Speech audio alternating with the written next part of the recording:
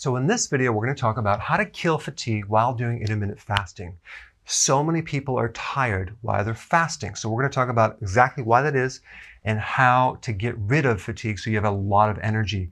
Now, the most obvious thing is when you first start this and you're doing a ketogenic diet, hopefully, and you're going through something called keto adaptation, okay? And that's when your body is adapting from sugar fuel to fat fuel. Now, most people are going to be tired in this situation because they're tapping out their sugar reserves, their glycogen stores, but they're not quite able to tap into the fat yet because they haven't built up the cellular machinery or the enzymes to really tap into that fat. So that comes with a little time. Sometimes it takes 3 days, sometimes it takes up to a week to be able to tap into your reserves. And you have a lot of reserves. You have like 100,000 calories of fat sitting there unused, and you're running off this small little tank of 1,700 calories of sugar fuel every day, up and down, up and down. And so when you start this and you're not able to tap into the fat, that's when you're going to feel fatigued, okay?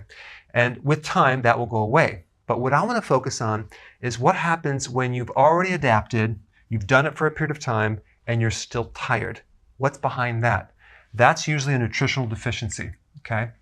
So when you're doing intermittent fasting, you're actually running off your reserves, okay? There's a bunch of nutrition, both fat-soluble and water-soluble vitamins and minerals that you have in your reserve tank that you're using.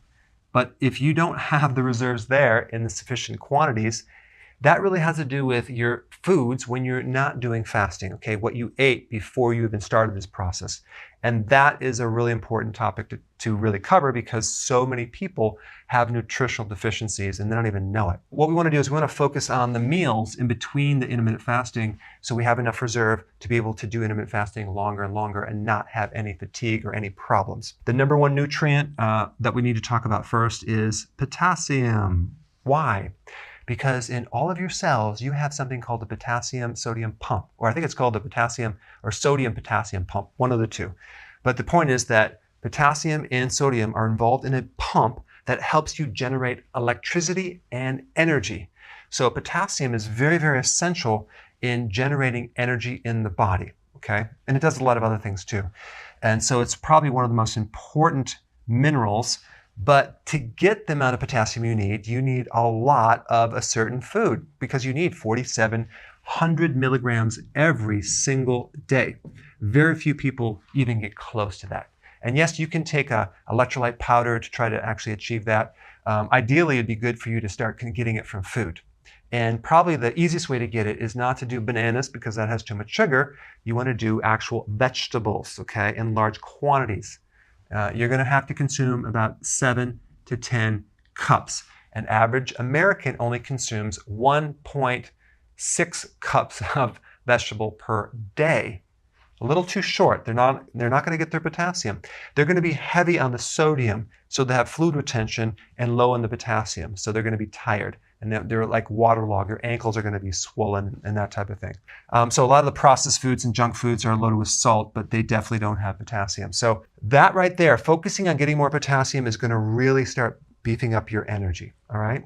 And we don't want to actually forget about salt as well, because if you're low on sodium, you're going to feel tired and weak, and you can even have muscle cramps. You can also have muscle cramps when you have a potassium deficiency too. Now, a lot of times when people are doing fasting, they're told to drink a lot of water, which is fine. But here's the thing, when you drink just pure water, you're flushing out electrolytes. Now think about it, you haven't eaten, right, for a period of time, and you're drinking more water, and you're not putting those electrolytes back in, and you're peeing out, not water, but electrolytes and other fluids and other things as well. So this is where you can start to dilute your sodium when you're doing intermittent fasting and not consuming enough sea salt. Okay, so I highly recommend if you're doing intermittent fasting, probably to take a little bit of Himalayan sea salt, dissolve it in water, and drink that.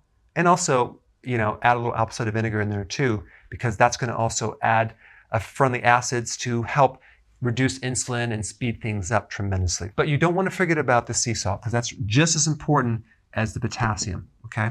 But of course, you're not going to necessarily be consuming vegetables, but you can definitely have a little sea salt with a fasting program, especially if you have, if your muscles feel weak, if you kind of go up the stairs and you feel kind of tired or you feel drained, because that's really a sodium deficiency, Okay, so we want sea salt, we want a lot of potassium when you're eating.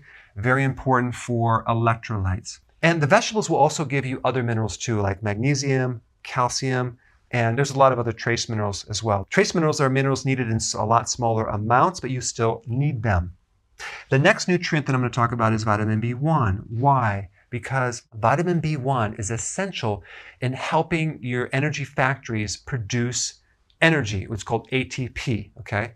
The mitochondria, which is the energy factory, needs desperately B1 and other B vitamins to be able to create a good metabolism, to actually break down food into its energy storage form, which is ATP in the body.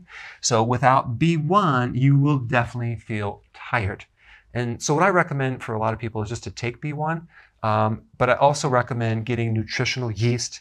You can get it in tablets because that has the natural version. So if you're taking a synthetic version, fine, but then also take a natural complex with it to make sure that you don't create any problems down the road. But B1 is really key to boosting your energy, and it's wonderful for people with chronic fatigue syndrome. So the B vitamins are very important. So you might say, well, how am I B1 deficient? Well, mainly because your past history of dieting included a lot of refined carbohydrates, white rice, starches, sugars.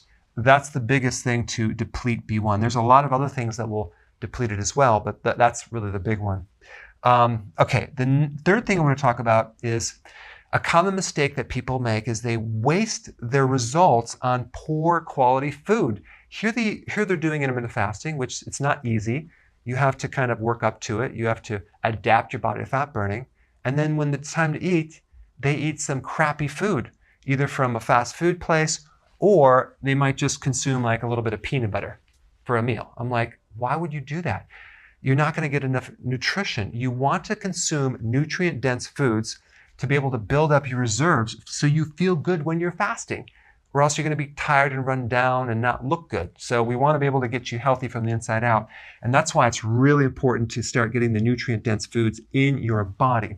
So instead of iceberg lettuce, you have kale, okay? You can do a kale shake. Salmon is a high quality, make sure it's wild caught, a high quality fish that gives you some really good amounts of omega-3 fatty acids, which you're going to need for your skin, your heart, your eyes, and your brain. That's good as an anti-inflammatory as well. Instead of other fats like soy oil and corn oil that are in all the commercial foods, which is just, you want to stay away from that stuff because it's highly inflammatory. Grass-fed animal products, grass-fed beef, very, very important. Pasture-raised organic eggs, really good, nutrient-dense. Different types of vegetables, make sure they're organic. It's going to add more fiber, okay, as well as the nutrients. And by the way, the fiber is what the microbes will eat, and they'll make certain byproduct type acids like butyric acid to feed your colon the food it needs. So if you don't have enough fiber, yes, you're not going to be as filled, but you're also going to not produce the energy for certain cells in your colon. So you want to really kind of look at the whole picture of what food actually is doing. High quality nuts. So peanuts are low on the list. Pistachios are good. Pecans are great. Walnuts are really good. And then you have the seeds as well. Seafood, very nutrient dense. Organ meats, very nutrient dense. That way you're building up your nutrient reserves. You're getting tons of energy. You're getting the iron that you need as well from food. So that's actually very, very important. Getting enough sleep. And there's two factors with this, because you can eat really good and you can do everything correct, but if you're not sleeping, you're going to be tired. So we need at least 7 hours per night.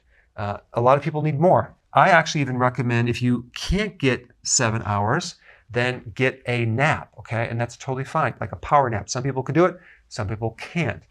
Personally, I can do it. I can go out, bam, and I will feel refreshed. So sometimes I'll get 6.5 hours of sleep and I'll take a nap and I'm good to go. So this is really important, getting the amount and then the quality of sleep. I have a separate video on that, but you want to be able to go to sleep, get into the deep 4 cycles of delta wave sleep, and wake up feeling refreshed and recharged. Very, very important. And I have several things you can do from a technique and also from a nutrient standpoint and from a food standpoint. I put a link down below of if you have a problem with sleep.